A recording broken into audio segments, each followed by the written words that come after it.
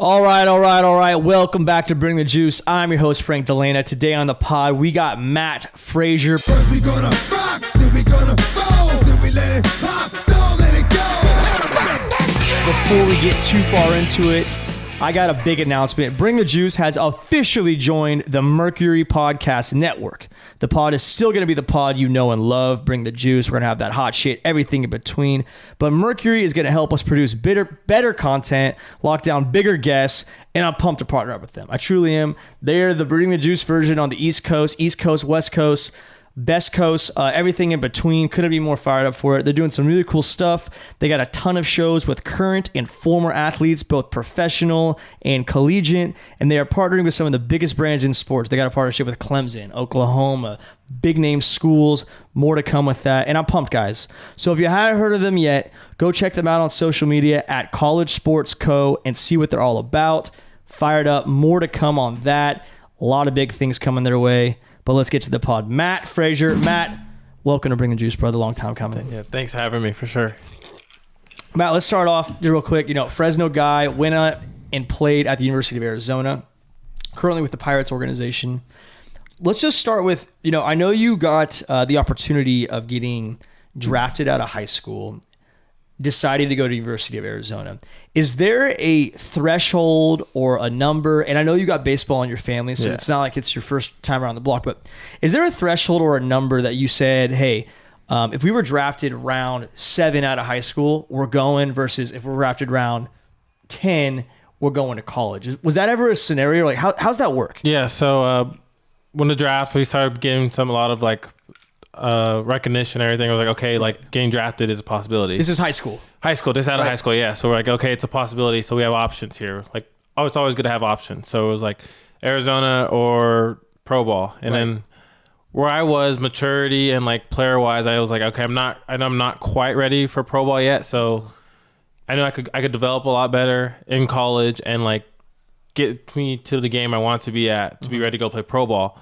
And then in my eyes, I was like, okay, we need a little bit more. If for me to get away from going to college, I would have to get paid a good amount. So it wasn't really more to round. Right. It was more like the money, the dollar figure. So we're like, I'm not saying I'm worth this much, but I was like, in order to get me away from going to college in U of A, where I could potentially be, I don't know, top 10 pick, top 10 rounder. Right. It was our number was $1 million out of high school. That was your number. That was our number. You had the number. To stay away from going to college, and also we were big on getting a degree or at least starting it, whatever. So we're big on that. My mom was huge on that part, big part. But $1 million was the number to strain me away from going to U of A and go to college. Yeah, dude, that's awesome. You guys had a number. No, we did. What does I have no idea. What if you're number 1 pick overall? What's your signing bonus compared to a number 20 pick overall? So it's crazy. You don't think it's that much, but right now, I think the first overall got $9 million this year. Just for signing his name.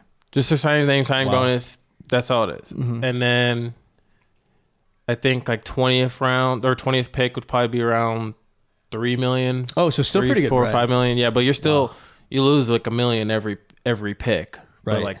But you don't think about it that much, but you're still going first round, so you don't. I mean, you get multi-million. It doesn't matter. You're on the path for success. Yeah, you're doing good. You're good. So when you got drafted, what was your evaluation out of high school? What was that deal worth?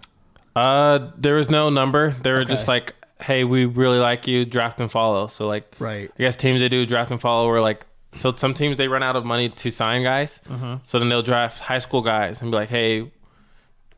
So then your name stars up when you get drafted. So for the next drafts, hey, you've been drafted before. So it's a draft and follow. So they drafted me, whatever. There's okay, no offer unless someone out of whenever we don't sign someone, we have leftover money and we could work out a deal. We'll let you know. But right now it's just no offer, just a draft and follow. That's cool. Interesting. Yeah, so there's a lot of trust that comes into that, I feel like. Yeah.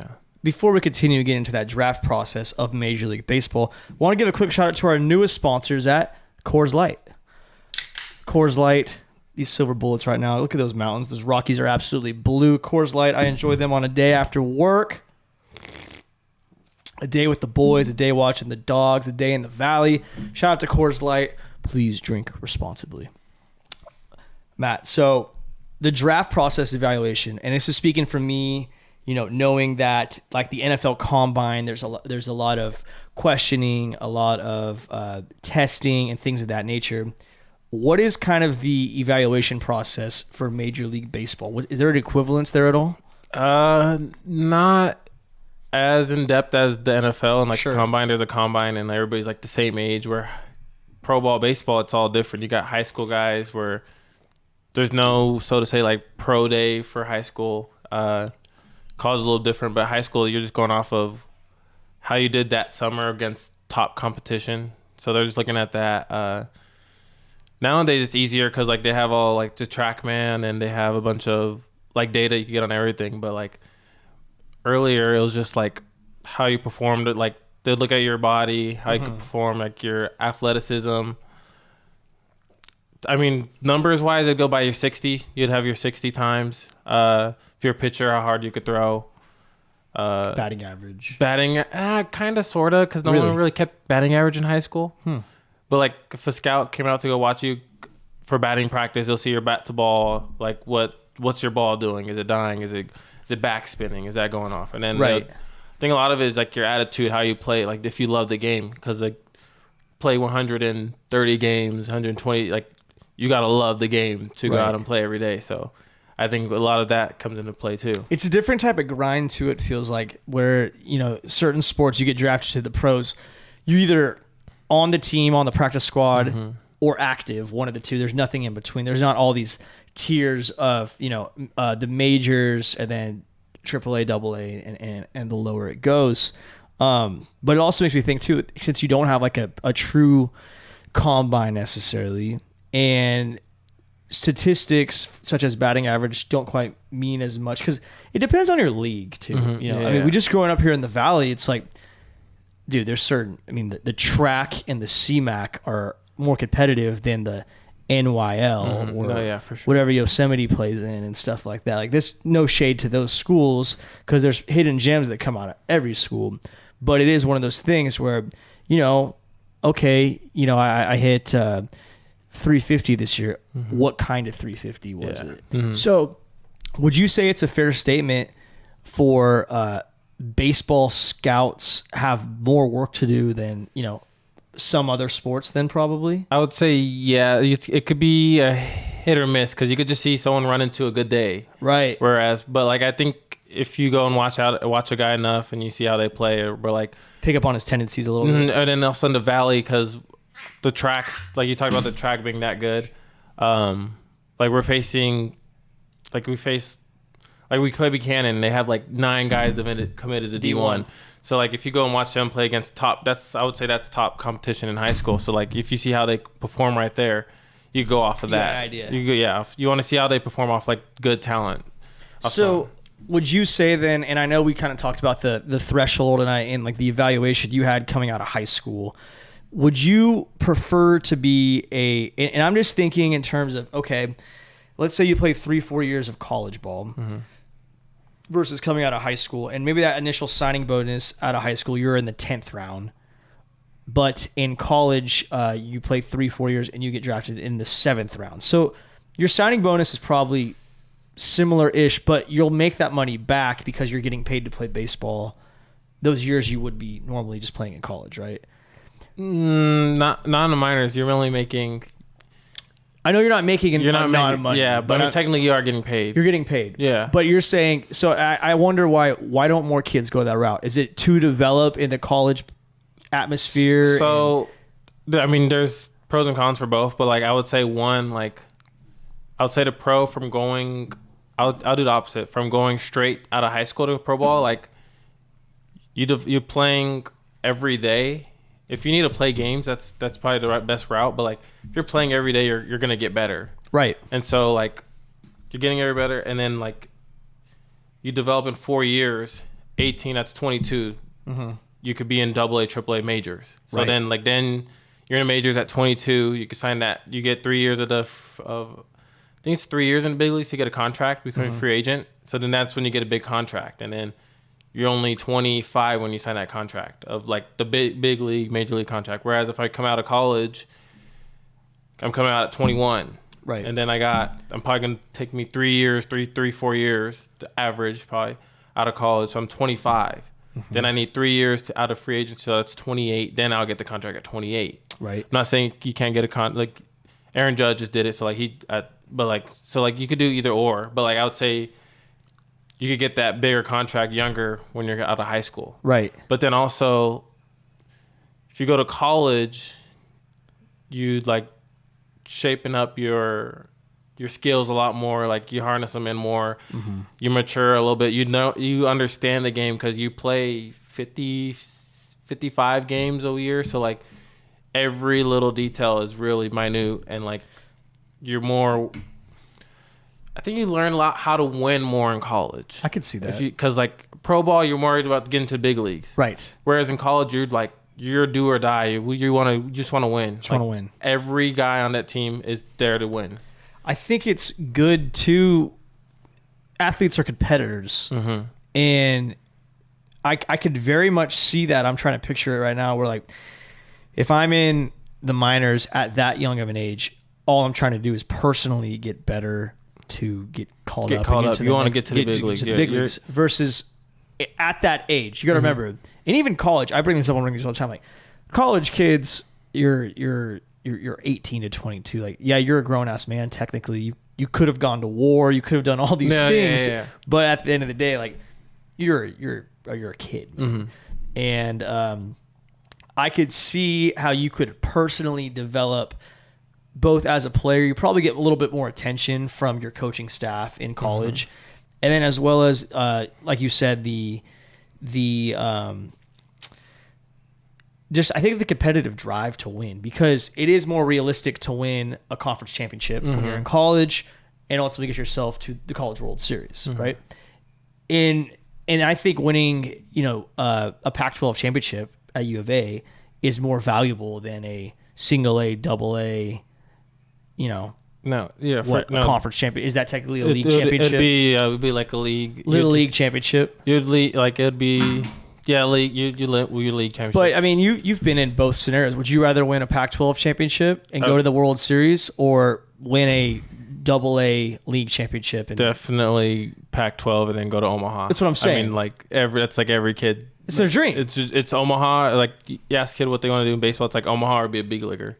So like I would have definitely said like when I was in college, like I was all in. I was like I want like all you like you didn't. I really didn't care about how I did. I just wanted to win every. You want to game. win. Just want to win. You have to. Whatever you did to help the team win, that's all you wanted to do in college. I'm not saying I don't want to do that now, but like it was definitely more. Well, you're a kid. You want to win. That's part of the deal. And pro ball, I still want to win, but like at college, it was more like it was like. That's what makes college sports great, though. No, that's amazing. And I say this, college football, electric. It just is. College baseball, I'll even throw college softball in there. College softball. The World Series, it is fun to watch. Oh, no. We were blessed that Arizona, our softball team was really good, too. So we'd go out and watch them all the time. We'd hang out with them, try to take some notes from them too. But their softball team was good too. It's exciting to watch, and then of course March Madness is its own thing. Oh, I mean, yeah. March Madness is electric. I'm not a huge hardcore basketball fan like that. Just wasn't in my household necessarily. But I mean, I make a bracket since I'm the same. 10 years old. I'm not really basketball fan too either. Like it wasn't a thing, but like. March Madness comes around, I'm locked in. I'm rooting. Baby. Oh yeah, I've got my brackets and everything. Maybe like 2 weeks before, I'm gonna see. All right, how's Gonzaga watch doing? The tournament. Yeah. The tournament okay, games. UCLA's ranked. Conference games. Watch the conference games. Yeah. It is. I have a list. One of my buddies and me, we made the list in college of every sporting event we want to go to before we die, and it's like 50 things. And we just said, listen, we're gonna be best friends for a long time. Let's knock off one a year. There's some cool stuff on there. But Duke in North Carolina is a Duke. You have like individual games too, like so. It's like I want to go to like a Red Sox versus Yankees series when they're both like competitively good. Yeah. If Conor McGregor fights again, I need to go see Conor McGregor fight. I saw something he just entered. He's supposed to fight potentially Michael Chandler. We'll see what happens. I saw he like entered into like a drug test policy thing again. I want to go to like a legit sumo wrestling match, like a legit one. Kentucky Derby, Okay. Kentucky Derby, Daytona, obviously like a Super Bowl. Yeah. I think like even like a Stanley Cup, but like the whole series, and you just pick a side and like just roll with it. Mm-hmm. March Madness is for sure on there. Yeah, it has to, I think yeah. Omaha, like a full weekend where it's 4 teams left, for sure on there. Hopefully the dogs go back. Hopefully dogs go back. Hey, underdog to wonder dog, who knows? I mean, that was in. But my point is those basketball games could get crazy, and it's a prime example of how intense college sports can get. So in your midst of understanding, hey, we didn't get that $1 million signing bonus out of high school, and you decide you're going to go play college, why did you decide on University of Arizona? So I was playing high school, and like honestly never really thought about going to college or whatever. Just I knew I wanted to play like pro ball and I wanted to play in the big leagues, but like Right. the thing is like sophomore year I started getting some interest, and like my first school was like San Jose State, and like I was like, okay, this is it.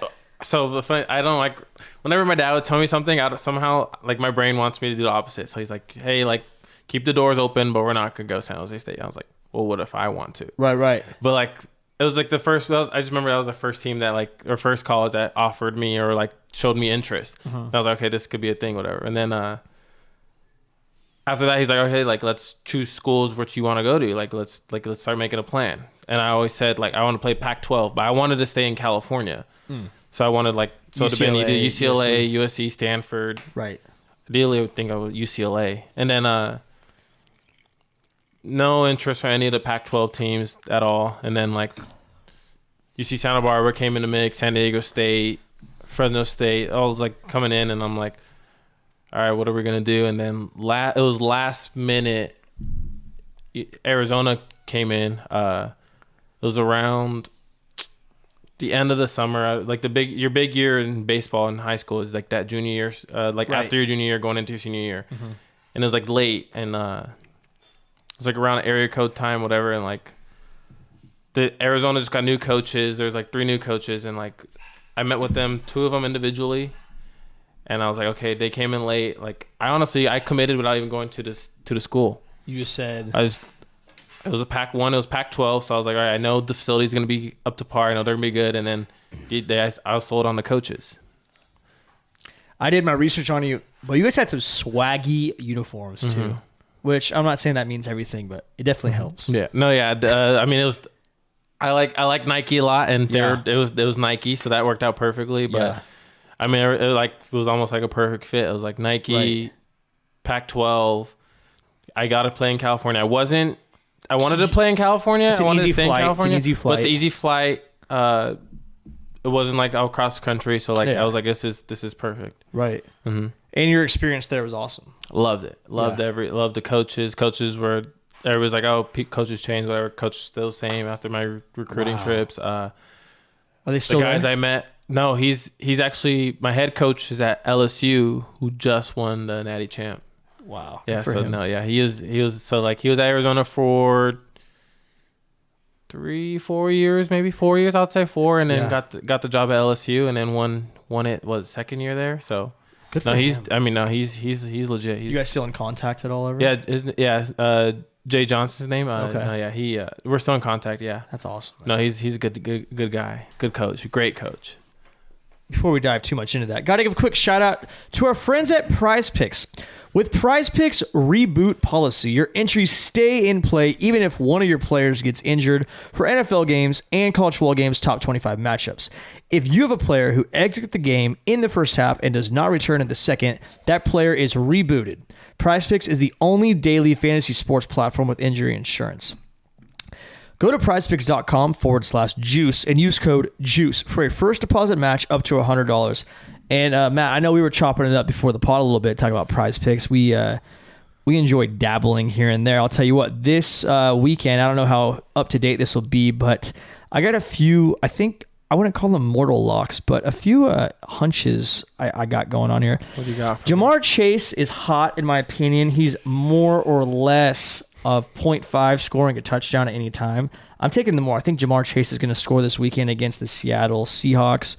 On top of that, Justin Tucker plays the Tennessee Titans this week, and it is overseas, and he needs to make 2 field goals in order to win that, more or less. I'm taking the more on that as well. Lastly, Trevor Lawrence is on a hot streak right now. He needs 2 touchdown passes versus the Indianapolis Colts.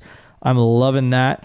And then, you know what? Something that people haven't been talking about quite as much lately is just the simple things of rush attempts. Because, I mean, Matt, you watch football enough. Like, sometimes you rush the ball and your O-line gets blown up. It sucks. But guess what? You got the pill. You can't control that. Derrick Henry needing 16.5 rush attempts versus the Baltimore again. Baltimore's defense is a little banged up. Again, it's overseas. I think a lot's going to go on there. I think they feed Derrick Henry, and he has at least 17 rush attempts there. And then lastly, interceptions. Who's going to throw an interception this week? I hate to say it, but I think our guy Jimmy G is playing the Patriots. The Raiders play the Patriots. I think the Raiders win the game, but I think the Patriots have an interception. Jimmy G has thrown at least one. Those are my I think those are my entries this week. You know? I like them. You know what? College football itself as well. Got to give a shout out to my guy Logan Fife at Fresno State. They play Utah State this weekend. The more or less is 229 yards on passing. My brother is a wide receiver, so I'm hoping that all 230 go to him. But at the same time, I hope the Dogs get the win this weekend. Logan Fife, great kid, a lot of confidence in him. He's going to get the job done. And then the other one, I do think Shedeur Sanders, he's playing Stanford. They could use a pick-me-up game this week. 350 yards, more or less, on the passing. I think it's more. Stanford's vulnerable. Stanford lost to Sac State this year. That's disgusting. That's bad. That's really bad. That's disgusting. That is very bad. Anyways, prizepicks.com/juice. Use code JUICE for a first deposit match up to $100. Matt's doing it. I'm doing it. We're all doing it. Let's win some money, boys and girls. Matt, my next question, I guess, would be this. So you've been in the Pirates organization for a period of time. Mm-hmm. What was it like getting drafted, knowing, you know, the journey it would take to get to the bigs necessarily? Did you ever talk to the Pirates organization, or were you hoping to go there? So I think they're top 3 best colors in Major League Baseball too, by the way. I do like the colors, but no, my junior year is usually when you get drafted out of college for baseball. So okay. My junior year is a little bit different than others. So going to fall, like excited for a big year. Right. Come spring, I start off hot. Like first 18 games, I'm hitting 400. Like oh yeah, so like we're going good, and then it was like our first week into pack play. We're playing Utah Sunday. I broke my hand in a game. Broke my hamate. It's very common with baseball players. You just repeatedly banging on your palm from the bat. Broke my hamate, and so I was like devastated. Whatever. It's like, what's gonna happen? So got the surgery, broke it. Got surgery. Talked to my coach, talked to my dad. I was like, all right, what do we got going on here? So coach was like, well, only 18 games. Like, we saw what you could do now. Let's bring you back. Like, whatever. And I'm like, okay, like, yeah, let's do that. Red shirt. So like, I'll still have the junior leverage. Like, you want to have leverage. So if you're a senior in baseball, like, there's nowhere for you to go after that. So like, a team will only give you, usually if you're a senior sign, you're getting $5,000, $25,000 for out of the draft. But if you have that junior name, that tag to your name, you still could get, because they're basically going to pay you not to go back to college.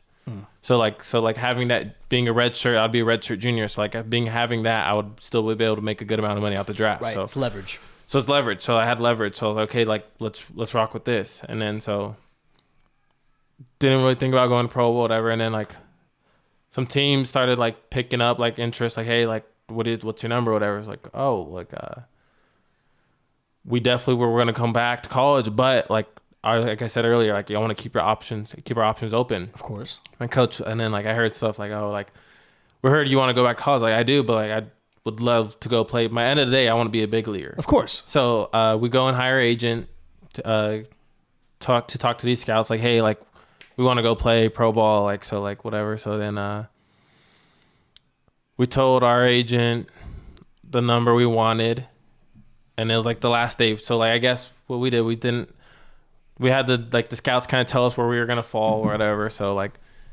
we're hearing late, like 5th round or something like that. So like, okay, we're gonna go back to college, whatever. Sure. So then, did you have a threshold at that point too? Mm-hmm. What were you thinking? At least 5, so 500, at least like half a million, so half. And that was, grand. And that it was. Is there like a round number? Like round 2, you're still in that realm. That would have been, I would say, late 3rd. Okay. Around the 3rd, early 4th round, whatever. So the number was 500, and it was thrown out literally the last day. My dad's like, all right, like, we got to tell our agent, like, what's our number? I was already selling going to college, so like, I'm like, 500 grand. Did you just pull it out of your ass? I was like, whatever, 500. Easy number, like, won't go it's wrong. Round. Let's go. It's 500, and then we didn't hear anything. So like, I remember day 1 goes by, like, day 1, like, I knew I was gonna go day 1. Like, that was like, I saw my friends go, it was good to watch all that. Cool. And then the next day, you have to go on like the computer to go on, like, go to a website, find out the rest, to watch it, and it's just they're just calling off names, like, kind of rapid fire. But dad calls me down. He's like, hey, like, turn on the draft. I was like, no, I don't want to see. Like, I'm not gonna go. Like, no, so, I don't want to. So I don't even want to. You don't want to watch the draft. I didn't want to do any. I didn't want any part of it. I was like, I'm gonna go back to college. Like, I'm gonna see all these guys. I get drafted, whatever. It's like, just come turn it on. So I turn it on. I lay down on the couch, like, I'm not into it at all. And like, I end up falling asleep, which is funny. Fall asleep. This is your draft story. This is. You fell asleep. No, like, none of my family's there. Just me and my dad on the couch. Like, because my mom's at work. Everybody's doing their own thing. Like, it wasn't really. Like, I'm telling you, it wasn't really a thing. It ain't a draft party. No draft party, nothing. And then I just like, Matt, wake up. My dad's like, Matt, you're about to go. I'm like, huh, what? He's like, you're about to go. I'm like, what? We'll go where? He's like, Pirates about to get you. Like, they're about to draft you. I'm like, they got my number. He's like, yeah, they're gonna get you your number.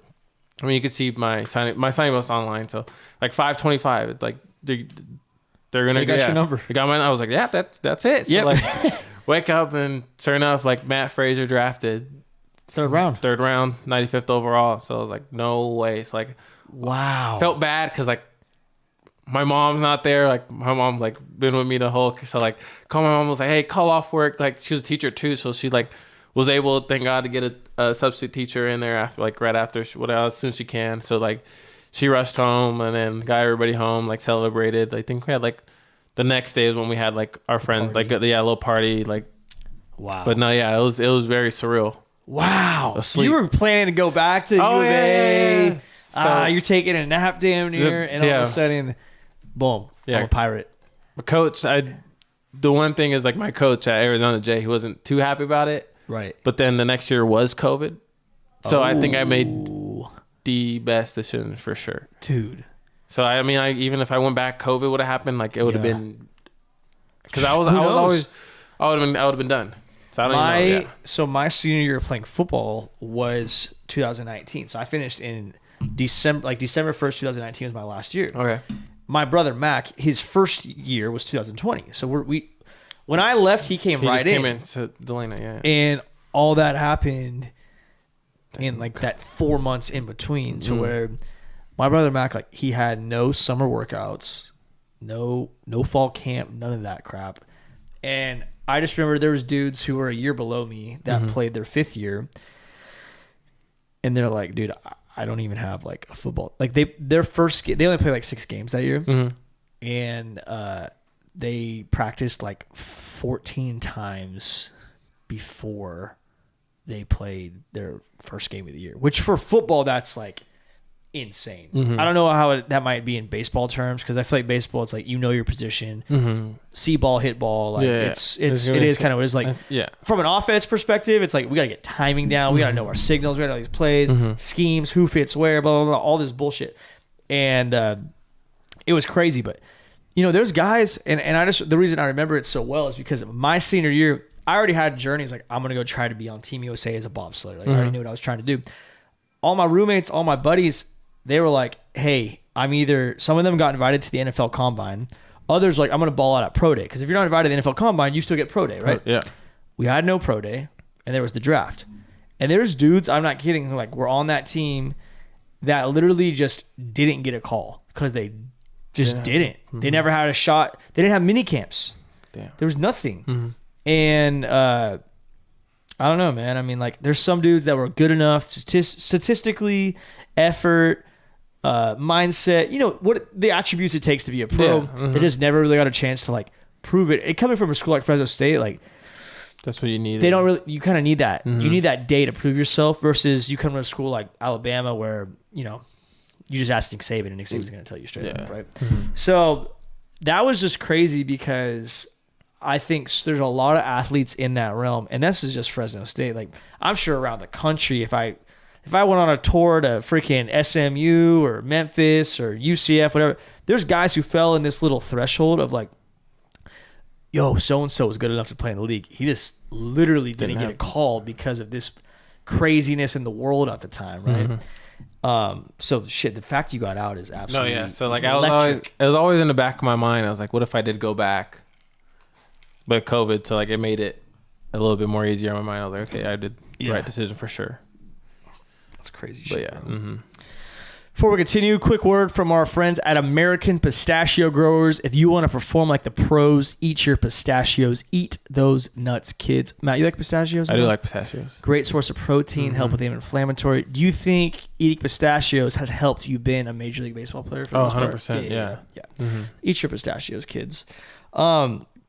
So playing in the minors, the different levels, and I know there's a lot of different levels these days in anything below the show necessarily. Mm-hmm. Is there a distinct difference in between each of them, or what would you say is the biggest difference you've noticed so far? Ooh, I mean, there definitely is a difference. I mean, right. I've played in, was it short season when I first got drafted? Mm-hmm. That was a little bit weird. Like, it was just... That's a scratch almost. That was like a participation. Short season's weird because like you just got drafted, you just finished your college year, everybody's new, like pro ball, you're getting your first taste. So that was just like, it almost felt like summer ball again. Like I played summer, like you in college, you go play summer ball. Right. So short season felt summer ball-ish. Then the COVID happened. So I didn't get to play my first full year until 21, which is already technically my third year in the pro ball already. Wow. So even like under your minor league contract, they count that year that we didn't play. So technically it was my third year already. Is that good or bad? Depends on how you're playing. Yeah, you're playing. Yeah. So then 21, getting my first year pro ball. Starting high A. Usually I think out of college, usually they'll start your first full year, probably start in low A. If you're like a high draft pick, they'll probably start you in high A. But started in low A. Humble brag. But no, because they got skipped. Okay. Because of the COVID, so then they had to like bump guys up. So like all not the guys. Not the worst thing. Yeah. So basically everybody you played against were all from like that's their first year, full year. Right. So we started in high A. But I would say the jump from high A to double A is what everybody says is like the difference. The difference of like if you could play in the big leagues or not. So, I mean, yeah, I saw. There's I would say that's where the jump is. Pitchers are a little more difficult, or what is it? They're more around the zone. So like in high A, whereas like guys are just out their hand like it's a ball, automatic ball. So like you're not even, it's like a non-competitive pitch. Whereas double A, like you got to read this. Everything's coming out like it all looks the same. Whereas like it could just be off like an inch or two, and then like just I would say that would be like the biggest difference by the pitchers where like their misses are like really close and like. But like when you're in the box, you're like, oh my god, it's not a big difference. But like it's just like little thing like that where like that one pitch looked a little bit better, or like you chase a little bit more, a little bit. Well, I mean that leads to one of my questions I had on the books is hitting a baseball the hardest thing to do in sports? I think it is. I mean, what's even? I mean, what else is up there? Like you're a sports guy. We talk about this. I mean, we're in the locker room, a bunch of guys. Of course. So we always talk about like what's this is what Bring the Juice is. Yeah. So you always just talk about like what's the hardest thing to do in sports. I mean, I would say hitting a baseball's up there. Yeah. We saw lists had hockey goalie. I'm not sure. Sorry, hockey guys. I don't know if that's up there. I would say quarterback. Probably being a quarterback. Yeah. Quarterback is up there. A cornerback. Cornerbacks up there. I think from an athleticism standpoint, cornerback has to be one of them. Cornerback is You're reacting to the somebody who's just as athletic as you. Essentially, you're reading them, and you have to just react. follow him, which is crazy. You don't. He knows where you're going. No one else knows. You have no idea what he's gonna do. It's so crazy. That's up there. What other sports is there? No, I'm with you. I mean, there's people would say like shooting a 3-pointer and whatnot, but like at the same time, well, we all talk about this. Like if I shoot a 3-pointer and I do everything right, perfect, it's gonna go in. Whereas if I do everything right as a baseball player, perfect contact, whatever, I could just line out, or there could be a guy right there. It's terrible. Like it's just like you're like what? There's different elements. Oh yeah, there's a lot more. Yeah, different elements. I would say there is no right answer. It's all opinion. And then I interview a guy like Jose Ramirez, like we were talking about before the pod, and you forget this whole mindset of like, this dude's just trying not to get knocked out while also knocking someone else out. That's pretty freaking hard to say. I would say you forget about like the boxing and like the wrestling, UFC, before all too. that stuff. You definitely forget about that. It's absolutely that's bizarre. a whole. I would say that's a different world. Like that's just I do think it's a different category. You're trying to kill someone up there, and it's a whole different sport. It's a different category. Whole different category. Shout out to Josh Hoken, man. I mean, I give him their respect for that. Dude, sure. Fucking this dude was. I met him at Fresno State. We came in together. He played running back, fullback, linebacker.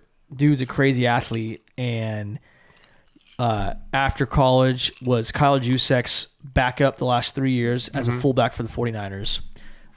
All-American wrestler at Fresno State. Played football and wrestled at Fresno State.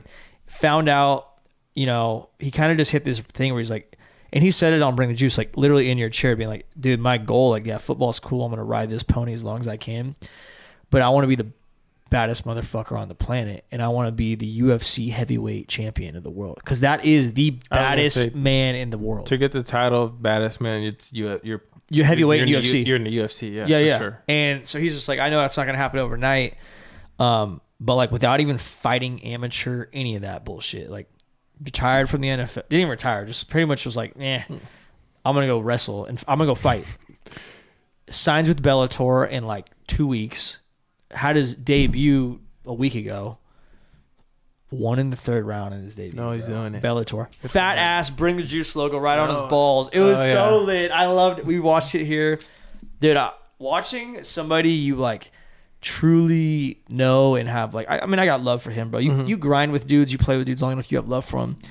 And dude, just like knowing he could wrestle in like the locker room and seeing him wrestle competitively, that's one thing. But to see, and there's street fights. I've been in street fights, seen street fights, everything in between.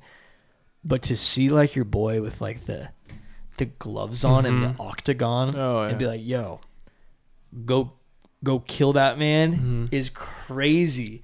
And the first like 10 seconds he connects a punch and I'm just like, oh my god, that's crazy. This dude's gonna be legit. Oh yeah, he won in the third round. He had like a triangle chokehold. Oh okay, we were so turned. Oh yeah, hell yeah, dude, shit was fun. No, I remember in high school definitely remembering hearing his name, like Clovis High guy. Yeah, for sure. Yeah, I went to North, so yeah, definitely. So talk to me a little bit, Matt, about just like, the minor league lifestyle. I've had a few other ball players on. I've heard it's not the easiest thing in the world necessarily. What are some of your damn stories? Oh, what do you got one in particular? I don't know. It came to mind. So short season, first year, like known, like we have bus trips. You can't take a shit on the bus. Like that is like rule number one. Like everybody knows that because like you're gonna stick the bus up. Stinks the bus up the whole rest of the week. I don't think they get it clean during that. So that's like rule number one. Yeah. And some kid had the right mind to take a shit in a bag. So he didn't. So he didn't want to stick it. So like props to him for not sticking with the bus. Took a shit in a bag. And like I remember like someone's like he took a shit in a bag. I'm like, what are you saying? So like everybody. So then like there's a little buzz on the bus like looking out in the back like what do you mean you took a shit in the bag while the bus is moving? Yeah. Oh yeah, we're on the freeway. Right? I don't even know if I could do that, but I don't know how he did it. I don't like there's a lot of more questions. That was all was like shit and bag. Got up to coaches. One of the coaches gets up like, did you just take a shit in a bag? I was like, yeah, like, yeah. He's like, I can't. I knew I couldn't shit on the bus. So coach was like, sat back down and but like we didn't know until I don't know if I think he got away. Like it wasn't until like the next day. So we figured out he shit on the bus. But I'd say like holy the shit, first man. I don't know, like you said, what like that was like one of the ones that was crazy. I'd never heard of that before in my life. Well, I mean, would you say that, like you said, you originally went to the Pac-12 because you knew the facilities were good, you knew certain things.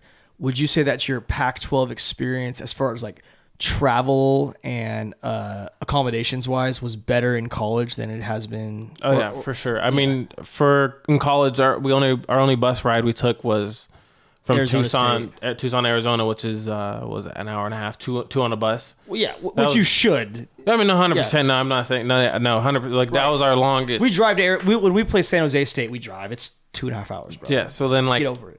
New Mexico State would drive to us. That's like 6-7 hours, and like when we played against them at their place, we'd fly. New Mexico State, is that Las Cruces or is that Albuquerque? That one's Las Cruces. That place. Is So the shit. Oh yeah, I've heard. Yeah. Fuck that place. Anyways, continue. So Breaking Bad was made there. no, and it looks like it. The travel is definitely better at Pac-12. I mean, you're flying everywhere, and then like pro ball, it's a bus. I mean, it got short season was kind of tough. So in pro ball in college, when you're in college, you go and play summer ball. Right. So you're playing like it's basically pro ball. It's like so you're doing like these 6-hour bus rides. So I was really introduced into like the bus rides and everything. So I wasn't really too fazed by it when I got to pro ball. Short season, I'd say was worse, but after the COVID, they would give us the schedule was like six games in a row, six games on the road. So like you're only traveling once that week there, and then on that Sunday you're driving back. So like it wasn't really that bad. Right. So then like I mean, and then like our worst one. What's your longest bus ride? 12 hours, maybe 11. Still shitty. It's not ideal, but they would give us 2 buses now. So like you have put your own, legs out. You have your own row. Yeah, it's still not ideal. It's not ideal, but like you got what you got to do. You just take a nap, like watch a movie. Cards, movies, yeah, whatever. You figure it out, booze on the bus, whatever. Yeah, but yeah. You find ways to pass time, for sure. What about? Is there and I know there's 1,000 ways to skin a cat. Is there a clear path in your head of, hey, this season's coming up, I want to get called up to the next level? Is there a clear path, or is it just a combination of business, the politics of the game, the right situation? Because you might be hitting 380 in the Pirates organization and they don't necessarily need you to get called up versus, the Braves organization might need you to get called up in the equivalence of you in their lower organization, tier. Right. Yeah. So is there a perfect formula or a scenario or I guess a path that you have to see to get to the next level this upcoming season? So like everybody that plays minor leagues knows there's like no perfect path. So like there's like it's a mixture of stuff. So like it's a mixture of like who's in front of you, who's in the big leagues. So like right now with the Pirates, like we have a couple guys that are locked in, but like it's nothing like the Dodgers who like full 9 just paid, yeah. Braves full 9, like so like you're like you need one of those opportunities, but then also like a lot of guys get their chance by right timing, right spot, or like someone in the big leagues just got hurt. They need someone there ASAP. So then you happen to be in the right close city. So then you could get your chance there, or just like different stuff like that. But like ideally, you want to get that. I feel like the ideal spot is to get on that 40-man first. So once you're on that 40-man, then you could get called up at any time to the big leagues, back and forth. Where if you're not on the 40-man, they would have to clear someone off that 40-man to get you off. Mm-hmm. What is the? You've been in the process of being called up so far, right? What is that conversation like, and how is that? Is it a very joyous moment, or Yeah, so how's it work? So 21, I was killing it. Sure. Good year, yeah, great year. I was in high A, I was there. I mean, I was like leading every stat, and then like it was to the point where like other coaches are like, hey, what do you Why are you still here? What do you have to do? I go, I do not know. So then like, can they put in a word almost? You just no. I mean, you're not sure. They really can't. Like some teams like even your org might know like, hey, he's ready, but we have the numbers just don't work yet. It's just we have these 4 guys, 3 guys up in front of you that we want to give like they need to play every day too. So like that happens in a lot of cases too. And then once you're like, all right, like sometimes you got to force the hand. So like I remember that year I was like forcing hand. So like I forced the hand, had a switch, and then so like it was like before a game, coach calls me in. He's like, hey, like appreciate you, like you did everything you wanted, like you're gonna go to AA. Right. So then, like, I come out, like, everybody's, like, looking at me, like, they expect, like, they know when you get called in, like, yeah. It's like, yeah, I'm going to. Everyone's turned for you? Yeah, turn, you get a little celebration, and, like, awesome. Then awesome, then it's all done, whatever. Then, like, you go to a new team, and, like, everybody introduces you, like, greets you, like, all right, like, keep doing it here, like, right. Same thing. But, like, I would say the best part, though, is, like, when you're at AA or AAA, when you see guys get called to big leagues, because that's, like, their turn. It's like getting called up high, like, or like in the minor leagues, it's cool, like each level. But when you get into the big leagues, like that's life changing. That's what everybody plays their whole life. So like, dude, seeing that, it's crazy. We talked about some of my best interviews on Bring the Juice. We had a variety. Dylan Lee, who's from Dinuba, plays for the Braves right now. He explained his kind of journey of getting called up, which was crazy, bro. Like the Braves, when he got called up, he had basically a bunch of guys went down right before the playoffs. In his first action ever in a Major League Baseball game was starting Game 3 of the World Series. They do, yeah. I remember that. No, yeah, that was nuts. That's crazy. Crazy. That like, and he's a relief pitcher, or he's not even a relief. He's like a middle tier. Yeah, middle tier, like 6th, 7th, 8th guy. Yeah, mid reliever. Like, he's very specific. He's like 6th, 7th, 8th inning. He's like, I don't want a closer. And he's like, I got in. He goes, I got my pitches. Like, let me hoop and do my thing. They know what I'm good for. But they were in a series. Bunch of guys went down. Things got up. He skipped AAA, went straight to AA up. Boom. Sat there for a couple of games. Got to go on this playoff run with the Braves, who were just lit. Insane, yeah. Gets there, first start. I forget it was either game 2 or game 3. They told me, like, we need 14 pitches out of you or some bullshit. The opener, yeah. I remember watching that game. Started game 2 or 3 of the World Series as his MLB debut. And they won the World Series. Yeah, no, got a ring. Yeah, it's crazy. I told him, I said, every time he comes in here, I'm like, I need a fucking jersey, bro. What the fuck? I need to get a little diversity. I need some boxing shorts up here from Jose. Quincy Pondexter needs a hoop with me. A little bit of fucking basketball. Need a baseball jersey. When I get there, when you get there, I need one. I got you. I've had a lot of people say, like, I got you. No, I fucking need one. All right, I got you. You got me. I got you. I got you. That's what it was. You got me. Bring the juice shit for life. I was gonna say you got me. So yeah, I got you. Yeah. Before we continue, quick shout out to our friends at FFB Bank. Whether your business needs a loan or your dream needs a savings plan, FFB offers the guidance and flexibility you need to flourish. Checkings and savings, SBA loans, long-term investment options, and everything you'll ever need from a banker or a banking partner, you'll find at FFB. What makes them different is the passion for knowing you beyond your financial statements, listening to your needs, and fostering mutual growth by linking our success, as in Fresno First Banks, to your success. FFB is a huge supporter of Bring the Juice. We appreciate them. They used to be known as Fresno First Bank. They're now FFB because they went from local to national. The same way Bring the Juice was only known around the valley, now they're known around the world. We shipped a hat to Ireland 2 weeks ago. Fucking worldwide, baby. So you got to say turn off that.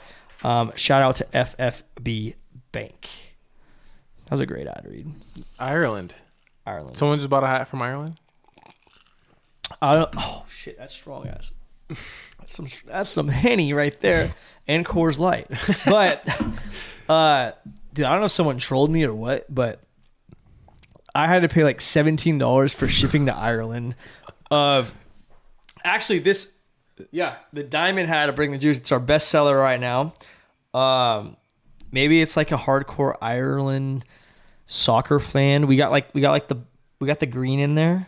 I don't know. Maybe, I don't know. Ireland. I just know that's worldwide. This hat is $30 on the website, and they paid $7 for shipping, which that's kind of like the industry standard right now. Shipping plus taxes. And I ship all my hats out at the U.S. Postal Service, and they saw this. And this hat, normally, like, if I had to ship this hat to San Diego, $6.17, something around there. If I had to ship it to Florida, $7.22, whatever. Yeah. She was $17, and I was like, I might just text this guy, yo. Can you Venmo me? They got Venmo in Ireland, but no, So I officially, I'm promoting Bring the Juice to be worldwide at this point. That is definitely fine. Once we ship one to like China or Europe, I'm gonna be obnoxiously like, I might make prestige worldwide shirts, but just with this like Bring the Juice worldwide, wide. You got to wide, something like that. I don't know. So shout out to FFP Bank. Long story short, Matt, one of my last questions is, and I think you brushed on it earlier, and talking about the development of sports. We talked about your journey, and I know you were a baseball family, and you developed, and now you're kicking ass. You're in the Pirates organization, fucking kicking ass, taking names. I have no doubt we'll have your Pirates jersey on the wall soon enough. But baseball has always been a sport, I feel like, where, football, they encourage you, play other sports. Basketball even is like, yeah, go ahead, play other sports. I feel like baseball, they say go play other sports, but at the same time, they want you to be in that travel ball, summer league, winter ball, this camp, that camp, all this bullshit. What is the importance of playing? And I say this from like the younger viewers who are currently playing high school baseball, or their parents are listening who play high school, they have kids in high school. How important is it to really just go all in on baseball and stay involved and play the summer ball and play on the travel team and all that bullshit? Like, does it make the difference? Do you need to do that if you want to play in the bigs, or what? I'd give you the opposite. I would say play every sport. I think the more athletic ability you have, the better. So like, I played football my sophomore year. Not freshman year, not junior year, but sophomore. It was like sophomore year. It was like we're into like fall ball already. 2 weeks in the season already. Corey we're friends with Corey Hall. He was the head varsity coach at North. When did you graduate high school? 2016. So you're a sophomore? I was a sophomore. You on varsity? No. Okay. Oh no. I was not good at football. Right. But I was like, it was more like all right, why not? Or kind of like me and my brother were like, fuck it, let's go play. Are you guys twins? No, he's older. He was 1 year older than me. Okay. So he was in 2015. It was his junior year. He's my age, yeah. Okay, yeah. So it's his junior year, my sophomore year. A bunch of my friends playing football. Yeah. One of my good friends in high school, his dad was a head coach. So we're like, let's go try it out. Why not? Like, no regrets. High school. Fuck it, we'll do it. So we joined a little bit late. We end up making starting team like third, fourth weekend. Didn't go well for me, but like, I was corners. But like something when I put on the pads and the helmet, I lost all my athletic ability at all. So whatever, played it, but then on for like baseball wise, so like every like was it like questionnaire I put, like they always ask like what sports did you put in high school? You try to check that football box. So I always put football every time. You could football because I did. You did. Nobody can take that away from you. I did. Wasn't good at it, but nobody asked. Yep. Put football, and then like sure enough, like get drafted or whatever. And this is in pro ball or by the Pirates. The second day, guys, we all had like a dinner, meet with all the guys, and like around the room, like every guy basically played a different two sport athletes, whether it's soccer, football, basketball. They all played two sports. So I think, especially with the Pirates, they look just like at the end of the day like athletes. And I think if you're an athlete, like it could work with you if you're an athlete. Whereas you're baseball and you're stuck, you can't really work with that. But it's really easy to work with athleticism. So I think if you're in high school, play it every sport you can. If you're good enough, they'll find you. I believe that. Yeah. I mean, it is important to play as much baseball as you can. If you want to go play baseball, I would say go play baseball and then like get as good as you want in baseball. But I think there's nothing wrong with playing the sports you want to play in high school. I have this theory, and I've brought it up a few times in the past, and I say this being a guy who, in high school, I played football, soccer, baseball, and track. Mm-hmm. And I chose football to play college, was better at soccer, was fast enough to run track, and I like playing baseball. Uh-huh. Baseball was my outlet at one point. Yeah. But I will say this, and I think back on it now after the fact. If you say, hey, I only want to play football, let's talk high school. In high school football, you play 10 weeks a year. There's 10 games, okay? There's 365 days in the year. You're giving yourself 10 days out of that 365 to be a competitor, okay? Now, let's say I want to play soccer or basketball, right? Let's say you play 25 games a year, 30 games a year, right? Well, now my competitiveness, that level of lock the fuck in, it's game day, it goes up a percentage, right? And then let's throw baseball in there, another 30-something games a year, 40-something games a year. It goes up a percentage, right? Throw a couple of track meets in there, it goes up a percentage, right? It doesn't matter what your combination is. It doesn't matter if you play 4 sports, 5 sports, 1 sport, 2 sports. Mm-hmm. I would say this, though, and at the end of the day, I do think it matters because, yes, their athleticism of being a good football player and a good baseball player do go hand in hand. Mm-hmm. Being a good basketball player and a good baseball player, all that crap. It all goes hand in hand. Any sport, you could cross-pollinate them however you want. Mm-hmm. Be good at one, be good at the other. It makes you a better athlete. It just does. Yeah. No coach is going to argue that. Mm-hmm. Now, if you're a first overall pick and you played baseball your whole life, then they're going to be like, all right, it's okay. Mm-hmm. But for the general population, I will say I think it's valid to be able to promote the more sports you play, it makes you a better athlete, yes. But as athletes, you're a competitor. Mm-hmm. And if you get more opportunities for that game day, where you the night before you eat a good dinner and you hydrate, you go to bed, you're a little pissed off, you want to beat the shit out of the Clovis West and the Clovis North or the Memorials or the Bullards or whoever the hell it is in your life, right? Or the USCs and the Stanfords or the Braves and the Tigers, whatever the hell it might be. At every level, you get pissed off as a competitor to want to beat your competition. Mm-hmm. So if you could create more opportunities to compete and lock in and be a competitor and have that will to win, I do think it makes you better at whatever craft you pick in the long run.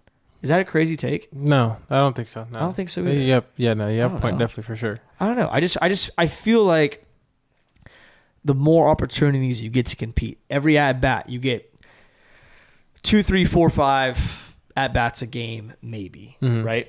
And an at bat is an opportunity for you to compete, to win. It's an opportunity to win. You either win the at bat or you lose the at bat. Mm-hmm. And the older you get, you realize like, hey, I might have grounded out, but I advanced the runner. Mm-hmm. Yes, that goes against my batting average, but guess what? The next guy got an RBI and we won the game because of that run. That takes a sense of maturity to figure out. That, I mean, to this day, like I think that's the battle. Like right now, or even like I think it's gonna always be the battle because like you're gonna at the end of the year it's like another at bat, but like you have to treat that at bat because they all matter. Like you're gonna have all matter 500 at bats, 400 at bats, and like that's the battle. Like you could just treat it as one, or like no, you gotta treat every at bat the same. Like it's. Like that might be your last at bat. It might actually be. You never know. So like, I think that's the battle you have to have. I think understanding the concept of like own your role is very difficult too for some people to wrap their head around. But at the same time, coaches and organizations and programs value it. I think the most obvious example has been like the Los Angeles Rams recently. Like understanding when it's your time to catch the ball, it's your time to catch the ball. But their offense is a certain way in such a where there's a certain guy who is designed to be open on every play. That's why Cooper Kupp or that Puka guy will get like 15 catches a game, right? They're going to get their catches. It's because they're not just so good they get open. Yes, that's part of it. But also the opposite receiver and the running back and the tight end and everybody's pulling the defense apart to where it puts them in the position for success. And I've been on both sides of that coin to where sometimes you get to be the guy who gets the other guy open, and also sometimes you get to be the guy who they get you open, right? And you just, I think you hit a level in between college and in professional sports where it's like you got to take the selfishness out of the game, which is really difficult because the better statistics you put up, the more you get paid ultimately, right? But once you could let that go and realize, like, listen, I just need to be the best version of myself I could possibly be. And all you could do is control the controllable. Yeah. Right? 100%. Everything will work out. Yeah. All you can do, man. Control what you can control. All you can do is control what you control. When you get up to bat, Matt, all you can do is try to get on base. That's all you can do. If you get told to bunt, all you can do is lay down a bunt. Put it down. Whatever the hell the shit might be, Whatever, yeah, you that's gotta just whatever. own your role and do it. Just be the best, whatever they ask you to be. Gotta do the best. And be guess the what? best. You do it enough, it reminds me of that picture of the guy. It's like a guy on top and a guy on the bottom, and they got the axe and they're going after the diamonds, and the guy's like halfway and he's walking away all pissed off. And then there's the guy who keeps going, and you're like, close. Let's go. You gotta keep your head down and just keep swinging that axe. And I say that too. That's from an athlete perspective. That's with anything in life. You're still playing sports, but you're working. You're trying to get that promotion. You started a business. You're trying to break through, so you're in the green and not losing money. Keep your head down and just keep busting your ass. And I promise you, bro, things work out. Got to keep going. They just do. They do. It's crazy. And like, again, we had a good clip today that popped off. Like, I throw faith in there too, because I believe you have a good relationship with God. You have a high motor with great effort and great attitude. You do your job, dude. Just let the good times roll. It's gonna work out. It's not going to be overnight. It might not be in what you think it's going to happen. It might take you 5 years to make the majors. But guess what? When you're hitting 270 next year, 370 the year after that for the Pirates, all of a sudden you're like, oh, is Matt Frazier an all-star? Like, you're starting to get all-star votes. It's like, bro, I haven't changed. I've kept my head down and I've worked. So keep going.